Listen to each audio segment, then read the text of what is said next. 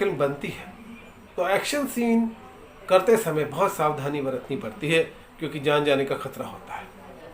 बहुत मुश्किल से ये सीन पिक्चराइज होते हैं। लेकिन हकीकत ये है कि ऐसे ही सीन नहीं, एक्शन सीन ही नहीं, बल्कि कुछ ऐसे सीन और होते हैं जिन्हें शूट करते समय बहुत मुश्किलें पैदा होती है। बहुत सावधानी से वो सीन शूट करने पड़ते हैं। कैमरामैन के लिए, डायरेक्टर के लिए, एक्टर के लिए बहुत मुश्किल होते हैं ऐसे सीन। और वो सीन होते हैं रोमांटिक सीन। रोमांटिक सीन मतलब जिसमें बहुत गहरा प्यार दिखाया जाए, जिसे आप सेक्सी सीन भी कह सकते हैं, हॉट सीन भी कह सकते हैं। इन सीनों को जो आप देखते हैं पर्दे पर, आपको लगता है कि कमाल है यार, इस हीरो ने तो ऐश किया होगा, अरे इसने तो ऐश किया होगा, ये किया होगा, वो किया होगा। ऐसा कुछ भी नहीं होता।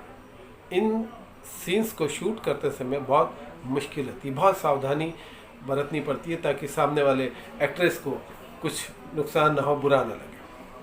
लेकिन कभी कभी कुछ कलाकार ऐसे भी हैं जो ऐसे सीन करते समय इतना खो जाते हैं कि उन्हें ध्यान ही नहीं रहता कि वो शूटिंग कर रहे हैं। ऐसा एक बार नहीं, कई बार हुआ है। अपने विनोद खन्ना साहब के साथ तो एक नहीं, कई बार हुआ ऐसा। जब उदयवान की शूटिंग कर रहे थे विनोद खन्ना साहब, माधुरी दीक्षित के साथ ऐसा सीन पिक्चराइज हो रहा था, रोमांटिक, गहरा रोमांटिक, तब इतना खो गए विनोद खन्ना साहब उस सीन में कि उन्हें याद ही नहीं रहा कि वो शूटिंग कर रहा है। Director Feroz Khan cut cut चिल्लाते रहे, लेकिन फिर ध्यान ही नहीं रहा कि डायरेक्टर बार बार कट बोल रहे हैं। फिर जब ये सीन हुआ तो डायरेक्टर ने बताया कि मैं तो बहुत पहले कट कर रहा था, लेकिन आपका ध्यान नहीं था शायद। तो विनोद खन्ना साहब और माधुरी दीक्षित जी को शर्मिंदगी महसूस हुई। ऐसा और भी हुआ विनोद खन्ना साहब के साथ। एक बार जहां माधुरी दीक्षित के साथ वो सीन में इतना इन्वॉल्व हो गए थे, रोमांटिक सीन में, कि वो कट की आवाज़ नहीं सुन पाए डायरेक्टर की। इसी तरह एक बार उनके साथ और हुआ जब वो महेश भट्ट की फिल्म मार की शूटिंग कर रहे थे डिम्पल कपाड़िया के साथ। इस फिल्म की शूटिंग करते समय भी विनोद खन्ना के साथ कुछ ऐसा ही हुआ।